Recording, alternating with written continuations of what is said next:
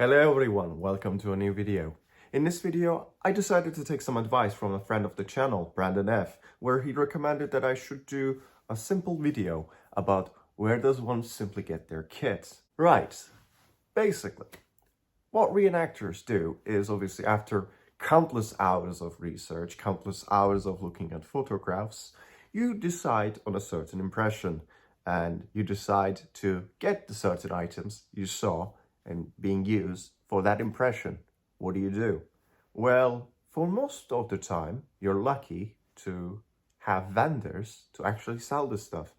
For Soviet, for German, World War II, American, British, there are many vendors who make excellent replicas, excellent uniform items for your specific impression. Obviously, there are ones who are best to stay away from, but most of the time you're extremely lucky because you can simply buy most of the items from the same vendor.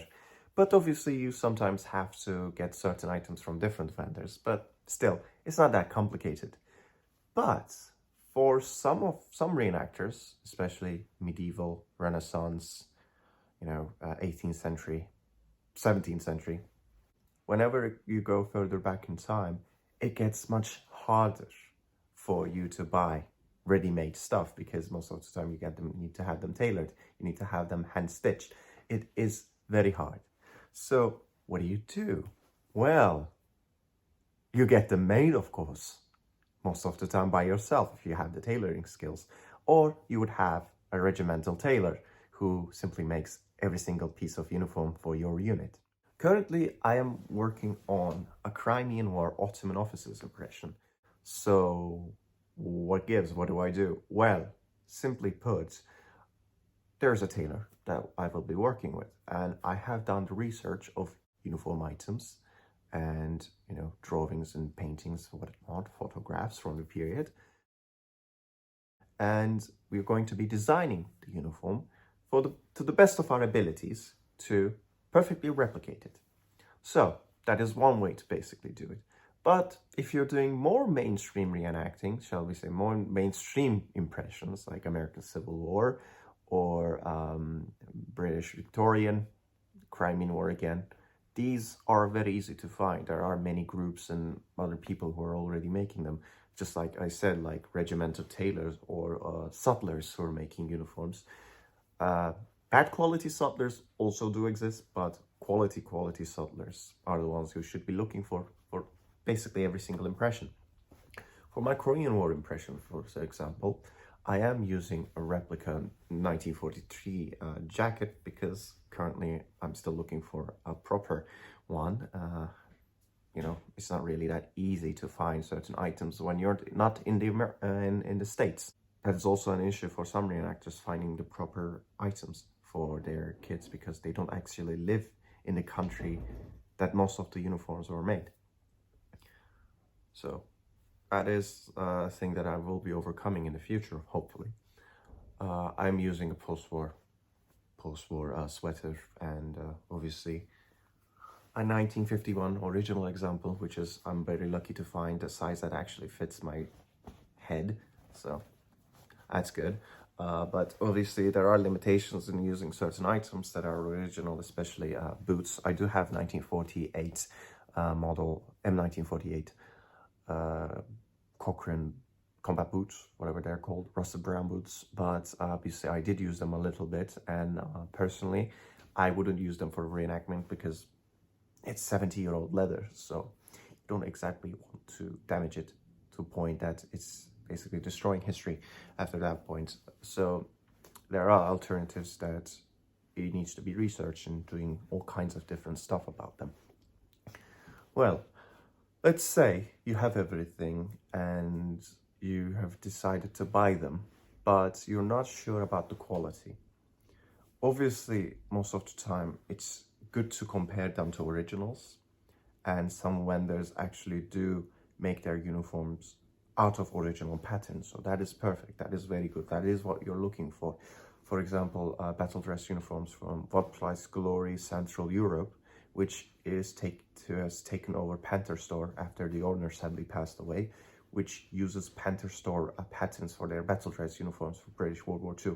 And I have to say, those are the best reproductions in the market. Obviously, they're going to be costing more than, what was it, 154 euros just for the blouse, and as well for the trousers. So you're looking around the 300 euros of just for the jacket, the blouse and the trousers. But again, it is the quality. Let's say comparing to more mainstream battle dress uniforms, they're nothing alike. They're shorter like the originals. The cheap versions are longer. So you do see that vendors tend to have differences, and you should always try to be getting the best one. Just as I said, this replica 1943 jacket is not the best, so it will be replaced in the future when I'm able to get an original, hopefully. But overall, most of the time, it's either depending on the vendor when you're going to get in your kit. So the good kits, you need to get it from a good vendor, or you need to get them made when they're not available.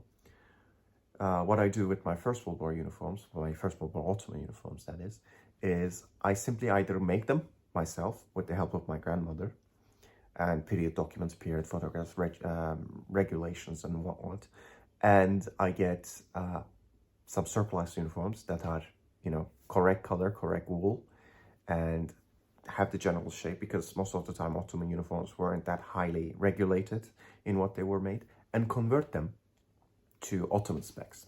That's what I did with a Romanian People's Army uniform, converted it to Ottoman use for 1909 to 1915 basically, and it works quite well. A lot of people are actually impressed by it, especially museum people, that it was converted. But regardless, it would be better for me to make it simply out of scratch, but sometimes finding the correct wool can be a difficulty, and budget reasons can also be a difficulty. But obviously, that shouldn't be an excuse for most reenactors, and everybody should be trying to achieve the best of their abilities to have the best impression possible, because what we do is represent history, and we shouldn't be representing history in a wrong way, basically.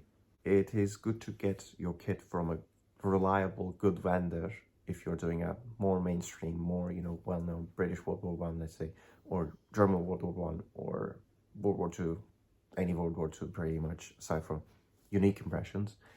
It is always good to get your kit from a well-known, good vendor and try to achieve the best look possible for authenticity's sake about your research. When it is obviously not ideal to get something from a vendor, it's always good to get it made yourself to best of your abilities, or with the help of a tailor, to get it as authentic as possible. Because let's be honest, if no one else is making it and you're trying your best to make it, it is going to be the most authentic impression out there so far, until someone else makes a better version of it. And this is what reenacting is. We are always improving. We are always trying to get better. And we should try to achieve perfection.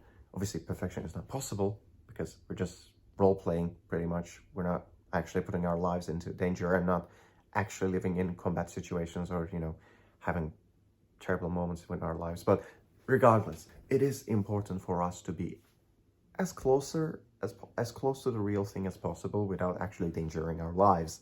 So yeah, we should at least have the perfect looks, shall we say, for authenticity's sake. But I digress. It's always going to go out of a tangent when we are looking at authenticity versus accuracy, and what's the difference between them. So that might be a video for the next time, but I hope you guys enjoyed this video.